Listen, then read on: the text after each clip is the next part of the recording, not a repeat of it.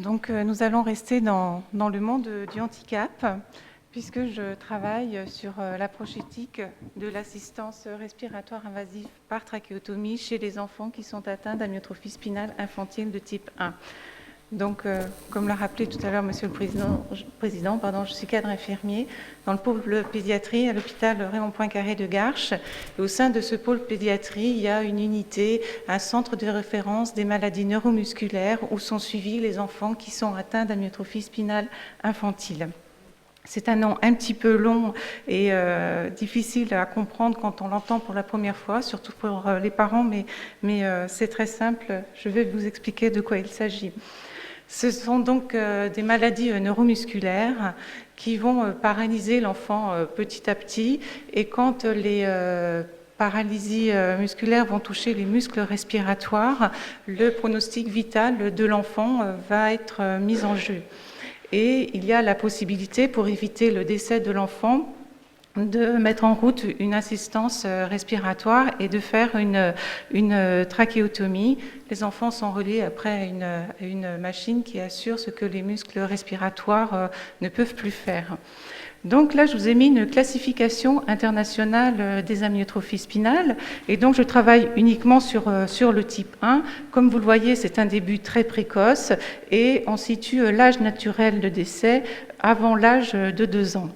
Mais en France, et plus particulièrement à l'hôpital Raymond Poincaré où je travaille, on reconnaît une sous-division du type 1. On parle du type 1 sévère ouvré et du type 1 intermédiaire ou 1 bis. Alors qu'est-ce que c'est que ces différences-là ? Le type 1 vrai va débuter très tôt, entre les 0 et 3 mois de vie. Et ces enfants donc, sont complètement paralysés, et les paralysies vont aussi toucher les muscles de l'œil, ce qui fait que ces enfants vont avoir des difficultés pour voir.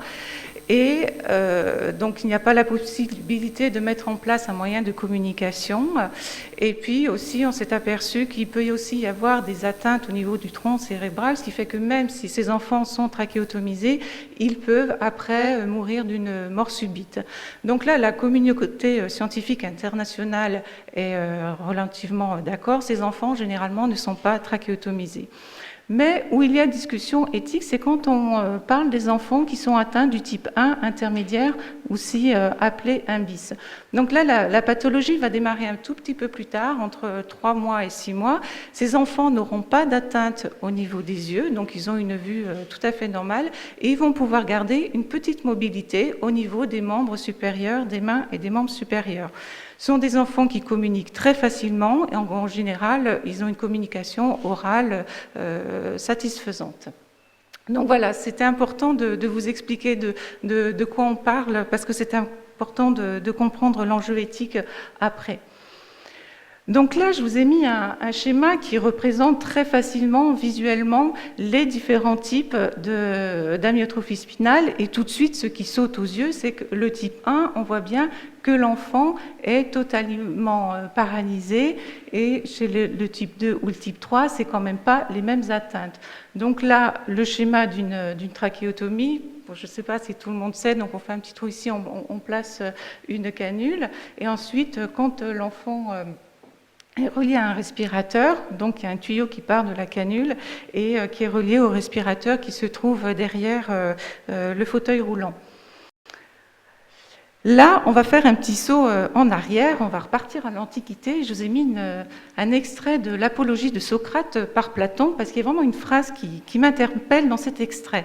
Donc, pour rappel, Socrate avait été accusé à l'époque de corrompre la jeunesse et d'introduire des idées nouvelles et de ne pas respecter la religion d'État.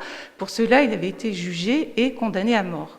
Et un de ses élèves va le voir, lui dit « Mais enfin, Socrate, nous sommes plusieurs à tout soutenir, nous pourrions t'aider à t'enfuir, et puis ma foi, fais-toi discret, tais-toi, arrête de philosopher, et puis ma foi, tu tomberas dans l'oubli et tu pourras continuer à vivre ainsi. » Et au moment de son procès, Socrate évoque cette éventualité, et puis il dit « Mais le plus grand des biens pour un homme que de s'entretenir tous les jours de la vertu et des autres sujets sur lesquels vous m'entendez discourir, en m'examinant moi-même et les autres, et si j'ajoute qu'une vie sans examen ne vaut pas la peine d'être vécue, vous me croirez encore moins. » Alors c'est vraiment l'idée que certaines vies ne valent pas la peine d'être vécues qui m'a interpellée dans cet extrait. Parce que c'est une phrase que souvent nous entendons dans le contexte du soin, de la santé et plus particulièrement dans le monde du handicap. On se dit qu'effectivement certaines vies ne valent pas la peine d'être vécues. Si je refais un petit tour arrière, je ne sais pas quelle flèche c'est sur... voilà. Et là, effectivement, quand on voit mon petit schéma, là, sur le type 1, assez facilement, les gens peuvent se dire « mais est-ce qu'une vie comme ça vaut la peine d'être vécue ?» Et moi-même, je suis arrivée à l'hôpital de Garches en 2003, je n'avais jamais travaillé dans le monde du handicap, et la première fois que j'ai été confrontée à ces questions de trachéotomie, ça m'a vraiment bouleversée. Je vous ferai part aussi, la première fois que j'ai mis les pieds pour postuler dans l'hôpital de Garches, de voir tous ces jeunes patients, des adolescents victimes d'accidents de la route et avec tétraplégiques, trachéotomisés. Je ne le formulais pas comme ça à l'époque, mais l'idée de fond, c'était ça. Est-ce que c'est vivable? Enfin, est-ce que vivre comme ça vaut la peine d'être vécu? Et puis, j'ai remarqué, quand on m'interroge sur mon travail, que j'explique la thématique sur laquelle je travaille, et je dis, bah oui, ces enfants sont tétraplégiques, et puis, bon, il arrive qu'ils soient trachéotomisés, et là, assez spontanément, les gens me disent, mais en plus, ils sont trachéotomisés. Et là, je sens, même si ce n'est pas formulé de façon très claire, que c'est cette idée-là, mais est-ce que ces vies valent la peine d'être vécues? Donc voilà, c'était aussi un des points de départ, enfin, ce qui m'avait un peu motivée pour m'intéresser à cette thématique-là. Mais qu'est-ce qu'on fait quand on se dit, mais est-ce que ces vies-là valent la peine d'être vécues? On s'interroge, et souvent ce qu'on fait, c'est que nous transposons ce que nous voyons sur notre vie à nous, et nous en tirons une conclusion. C'est-à-dire que moi, la première fois que j'ai vu une personne tétraplégique avec une trachéotomie et tout le matériel qu'il y a autour, je me suis dit, mais moi, cette vie-là, je n'en voudrais pas. Et si on interroge les gens assez facilement, il y a ce mécanisme de la pensée qui fait qu'on transpose sur soi-même cette idée-là, et puis la conclusion qu'on en tire, c'est que je n'en veux pas. Alors souvent, ce qu'on fait dans ces cas-là, ça s'appelle un paralogisme. Donc là, je vous ai mis la définition de l'Encyclopédie Universalis du paralogisme. Donc c'est un raisonnement erroné, fait en toute bonne foi, ça c'est important, en toute bonne foi, on est vraiment sincère, et sans intention de tromper, ce qui le distingue du sophisme, qui est un paralogisme perpétré avec l'intention de tromper. Et étymologiquement, commettre un paralogisme, c'est raisonner à côté.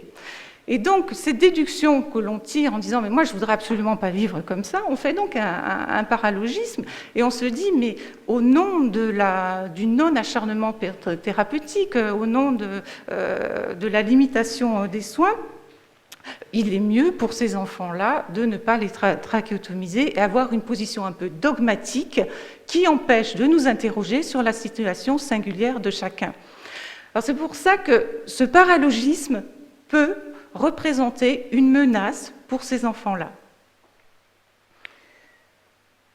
Oui, je me disais, mais de quelle souffrance parlons-nous? Parce que souvent, on a l'impression que ces enfants n'ont une vie que de souffrance. Et je me dis, finalement, on parle de notre souffrance à nous, plus de les voir comme ça que de leur vie à eux, parce que souvent, on ne la connaît pas. Et souvent, ce sont les gens qui n'ont jamais été confrontés au monde du handicap qui, tout de suite, disent « non, c'est pas possible ». Donc maintenant, je vais vous présenter plus en détail mon travail de recherche. Donc je mène 2 études empiriques auprès des parents de ces enfants-là. Donc il y a une étude qui porte sur le vécu de la prise de décision de faire ou de ne pas faire de trachéotomie. Donc dans cette étude-là, je travaille des parents qui ont actuellement un enfant sous assistance respiratoire invasive pour qu'ils me racontent comment ils ont vécu cette prise de décision. Et je rencontre aussi d'autres couples qui ont eu un enfant qui est décédé de cette pathologie-là sans avoir été trachéotomisé. Je n'ai pas le temps de vous parler de cette étude. Je vais plus vous parler de l'autre qui porte sur les conséquences de la trachéotomie que je mène auprès de mamans. Et l'objectif de cette étude était de connaître l'opinion des mères sur les répercussions de la trachéotomie de l'enfant pour en faire une typologie au niveau de la vie de l'enfant atteint, la vie familiale, la vie de couple et enfin la vie personnelle de la maman. Pour cette étude-là, nous avons dû élargir notre recrutement à d'autres pathologies neuromusculaires, mais le principe est toujours le même. Ce sont des maladies qui paralysent les muscles respiratoires et pour lesquelles il faut trachéotomiser l'enfant. Là, c'est pareil, faute de temps, je ne pourrais pas aborder les 4 points. Il m'a fallu en choisir un. J'ai choisi la vie de l'enfant parce que, ma foi, c'est le premier concerné par ça. Alors, d'abord, ce qui m'a interpellée dans les entretiens que j'ai menés, il y a souvent cette phrase qui revient « il n'y a pas le choix ». Mais je me disais, mais il n'y a pas le choix par rapport à quoi? Parce que moi-même, quand je suis arrivée dans cet hôpital-là, je disais, mais bon, c'est trachéotomie, c'est un service qui fait ça depuis longtemps, qui est habitué, mais est-ce que les gens se remettent en question? Et finalement, comment cette trachéotomie arrive? Et je me dis, mais peut-être que la pression du corps paramédical, du corps médical qui a l'habitude, est tellement forte que les parents, finalement, n'ont plus de choix. Et en fait, c'est intéressant, ce qu'il en ressort, c'est que si les parents me disent, les mamans disent qu'elles n'ont pas le choix, ce n'est pas du tout par rapport à une pression des professionnels. Elles disent qu'elles n'ont pas le choix par rapport à l'évolution de la pathologie qui les met au pied du mur. Une seule maman m'a dit, c'est vrai qu'il y a eu un peu de pression, mais il n'y a pas eu que ça. C'est vraiment le fait d'être au pied du mur par rapport à la pathologie qui leur impose cette situation-là. Elle ne veut pas perdre leur enfant, le décès est impossible pour elle, et donc elles finissent par accepter cette trachéotomie. Mais personne n'en veut au départ, elles le disent toutes. Moi, je n'en voulais pas. Une maman m'a dit, moi, je l'ai fait écrire dans le dossier, je l'ai dit à tout le monde, je n'en veux pas. Et son enfant a été trachéotomisé vers l'âge de 3 ans. Elle a 2 ans et demi de recul de maintenant. Et ce qu'elle me dit, si j'ai un seul regret, c'est de ne pas l'avoir fait faire plus tôt. Donc voilà, des réponses qui m'ont vraiment surprise. Donc, on va parler des avantages et des bénéfices. Donc, ce qui revient, c'est que la trachéotomie, c'est la vie. Elles le disent, la trachéo, c'est vraiment la vie. Elles voyaient leur enfant dépérir, qui ne mangeait pas, qui ne pouvait plus aller à l'école, qui n'avait plus la force de faire grand-chose, qui transpirait beaucoup. Et le jour où il était trachéotomisé, c'était un peu comme une résurrection. Et très rapidement, c'était... donc voilà, toutes les appréhensions qu'elles avaient au début, assez rapidement, elles sont balayées. Ce qui fait que ça donne la possibilité aux enfants de s'ouvrir aux autres et au monde. Donc les mamans me disent, bah oui, il ne faisait pas grand-chose parce qu'il était concentré à respirer, sa respiration était tout le temps une préoccupation. Maintenant, il y a la trachéo, il y a la machine, il sait qu'il n'y a plus ce problème-là, et du coup, il s'ouvre au monde, il va jouer, et voilà, ils sont vraiment dans le monde de l'enfance. Donc des conditions physiques nettement améliorées, des enfants qui reprennent du poids, qui ne transpirent plus comme ils le faisaient avant, et une autonomie gagnée avec le fauteuil électrique. Alors ça m'a un peu surprise, et en fait, ce sont les mamans qui m'expliquaient que leurs enfants, même s'ils avaient 2 ans, 3 ans, elles continuaient à les mettre en poussette, puisque ce sont des enfants qui n'arrivent pas à marcher, et quand la trachéotomie arrive, en quelque sorte, systématiquement, ça impose un fauteuil électrique pour mettre le respirateur derrière, et ce sont des enfants qui, du coup, gagnent une autonomie de mouvement. Donc, voilà, pour eux, c'était intéressant. Alors bien sûr, la vie n'est pas rose, c'est compliqué et il y a des inconvénients et des risques. Alors la scolarité, plus compliquée encore, parce que déjà quand un enfant est lourdement handicapé comme ça, c'est déjà compliqué avant, mais c'est vrai que la trachéotomie, comme il dit souvent, ça rajoute encore des difficultés supplémentaires, et notamment avec les auxiliaires de vie scolaire. Donc ces enfants qui sont scolarisés, pour certains dans des écoles de quartier, ont une auxiliaire de vie scolaire, donc une personne qui va les aider à faire ce qu'ils ne peuvent plus faire. Et quand ils sont trachéotomisés, il faut que cet auxiliaire de vie scolaire reçoive une formation, elle a un petit diplôme qui lui permet d'effectuer ce qu'on appelle les aspirations. Seulement, elles n'ont aucune obligation à suivre cette formation-là. Donc, certains enfants sont des enfants, je ne l'ai pas dit, mais ils n'ont aucune atteinte cognitive, donc ce sont plutôt des enfants qui sont brillants à l'école, ça marche très bien, qui sont scolarisés, ils ont beaucoup d'intérêt pour l'école, ils sont trachéotomisés, et si l'auxiliaire de vie scolaire ne veut pas suivre cette formation-là, ils ne peuvent plus aller à l'école. Et ça, c'est terrible, parce qu'il y a des couples où les deux travaillent, et l'enfant est à la maison, du coup, il y en a un qu'il faut qu'il reste avec l'enfant à la maison. Enfin, la famille n'est pas organisée pour que l'enfant soit tout le temps à la maison. Donc ça, c'est compliqué pour la scolarité. Et une vie sociale extérieure à la scolarité rendue encore très difficile, parce que la trachéotomie médicalise en quelque sorte le handicap, et avant, ce sont des enfants qui pouvaient être invités par des petits camarades de classe, mais une fois qu'il y a la trachéotomie et les machines, ça fait peur. Du coup, ce sont des enfants qui sont très rarement invités, ou s'ils sont invités, ça impose à un des parents de venir aussi à l'invitation pour justement faire des aspirations. Et puis, intéressant, la trachéotomie fait peur au milieu médical. Quel paradoxe! Et en fait, ces mamans m'expliquent, oui, c'est simple, quand mon enfant est hospitalisé dans un service qui ne connaît absolument pas les maladies neuromusculaires, le personnel paramédical, voire même médical, n'est pas formé à tous ces gestes-là, et ils ont peur, ils n'osent pas. Donc pour un exemple, pour par exemple une simple appendicite, un enfant qui a une appendicite normalement est hospitalisé dans un service de chirurgie infantile, le temps d'intervention, le petit séjour hospitalier, là c'est pas possible. Ce sont des enfants qui vont être systématiquement orientés sur un service de réa. Donc les mamans me disent c'est embêtant parce que pour l'enfant c'est extrêmement anxiogène, il se retrouve dans un service de réa, donc je reprends l'exemple mettons pour une appendicite, et voilà, c'est anxiogène et ça pourrait être évité. Ou alors les services imposent à la maman de passer la nuit à l'hôpital dans le service de chirurgie infantile pour que elle puisse aspirer son enfant et puis régler les respirateurs s'il y a quelque chose. Parce que ce sont bien sûr, vous l'avez deviné, des mamans qui ont une fonction soignante. Et puis aussi, l'enfant a quand même des inquiétudes spécifiques. Alors le manque d'autonomie respiratoire, je disais que ce sont des enfants qui s'ouvrent sur le monde, mais quand même, ils savent que s'il y a un problème avec la machine, ils ont une autonomie respiratoire, pour certains, ils n'en ont pas du tout, et ils ont quand même ça dans un coin de leur tête. Et il y a des mamans qui me disaient, mais moi maintenant, mon enfant, il va beaucoup mieux, on pourrait lui enlever la trachéotomie, les médecins me l'ont dit, donc je suis sûre de ce que je dis, mais mon enfant ne veut pas. Et une maman me disait, son enfant lui parle de sa trachéotomie d'amour. Donc effectivement, en termes de représentation, c'est très parlant. Elle me dit, mais bon, il sait très bien que c'est ce qui lui a sauvé la vie.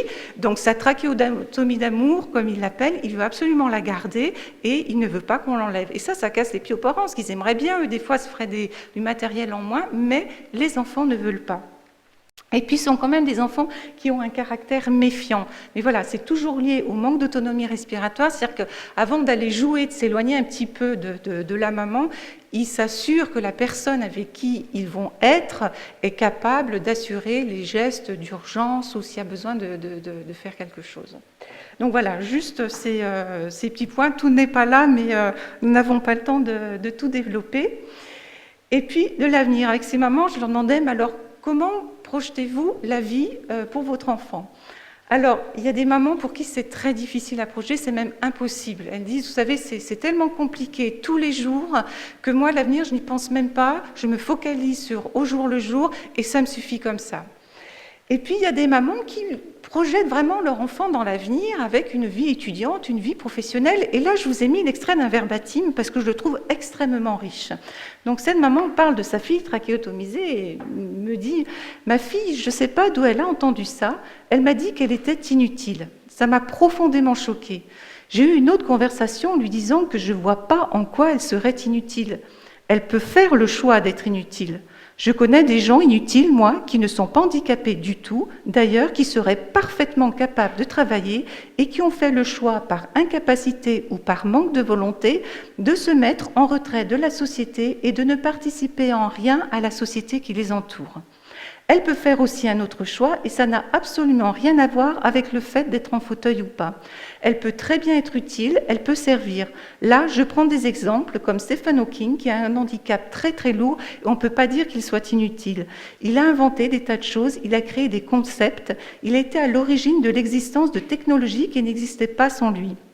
Voilà, c'est un choix d'être inutile ou d'être utile, ça n'a rien à voir avec un handicap aussi grave soit-il.